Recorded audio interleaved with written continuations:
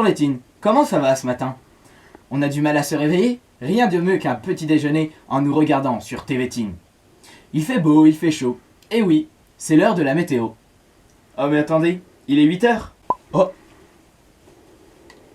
Et oui, j'ai failli oublier, c'est l'heure de la science du jour.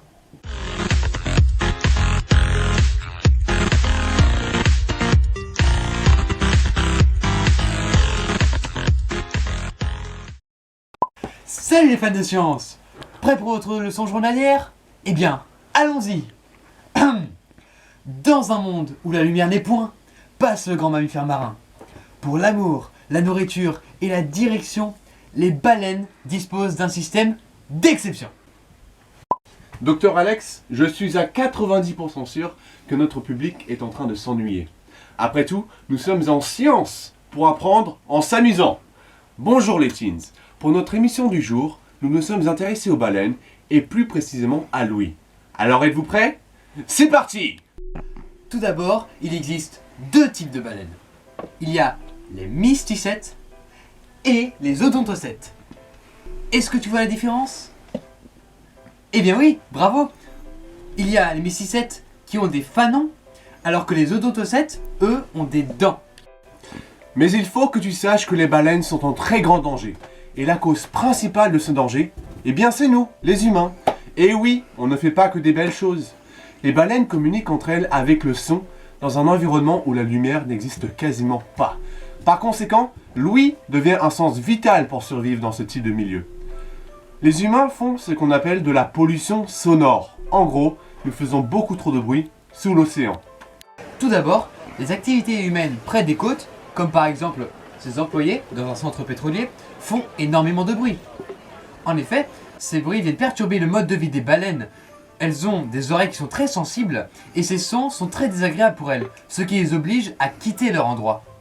Les porte-conteneurs, grands bateaux qui transportent la marchandise, font énormément de bruit sous l'eau avec leurs hélices.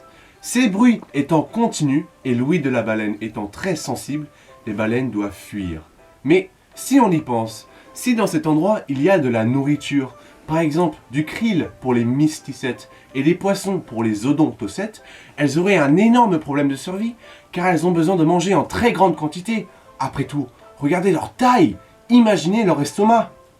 Ensuite, une autre cause de cette pollution sonore pourrait être le sonar, militaire par exemple.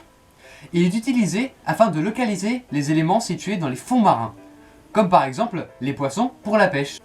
Le sonar émet des sons, et ces sons sont constitués d'oscillations qui se déplacent à la même vitesse que les sons utilisés chez les baleines à dents. En effet, les odontocètes, donc les baleines à dents, utilisent un principe nommé écolocalisation. Si on prend exemple sur l'orque, un odontocète, celui-ci dispose d'un organe situé à l'avant de la tête avec lequel il émet des sons, des clics à intervalles réguliers, soit toutes les secondes. Les ondes sonores, donc le son, se propagent dans l'eau. Si l'onde sonore rencontre un obstacle, une proie par exemple, celles-ci vont se réfléchir contre la proie et l'orque va en capter l'écho. Dès qu'il reçoit l'information, l'orque accélère le rythme des sons en émettant non plus des clics, mais des crics. De cette manière, il peut suivre sa proie et avoir davantage d'informations. On appelle cela l'écolocalisation. Ce système permet aussi aux baleines de se localiser dans leur milieu.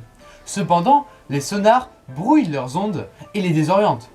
Ne sachant plus quoi faire, les baleines se retrouvent échouées sur les plages.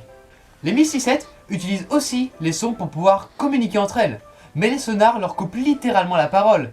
Donc les mysticètes se retrouvent perdus dans les fonds marins. Voilà les teens, ces éléments sont la cause majeure de la pollution sonore. Et malheureusement, ces sons deviennent de plus en plus fréquents et recouvrent la totalité des océans. Pour cela, nous devons trouver un moyen pour réduire ces bruits. Les teens, vous êtes l'avenir. Nous comptons sur vous pour un meilleur futur. Vive les baleines! Merci Dr Alex et Dr Michael. Bon les enfants, vous avez deviné le mot d'aujourd'hui? Eh oui, c'est écolocalisation. Si tu as oublié son sens, nous avons une définition pour toi. Mais sinon, tu peux très bien aller voir dans le dictionnaire qui est chez toi. Tes parents seront très impressionnés que tu saches ce mot. Bon, à tout de suite les teens, après une page de pub.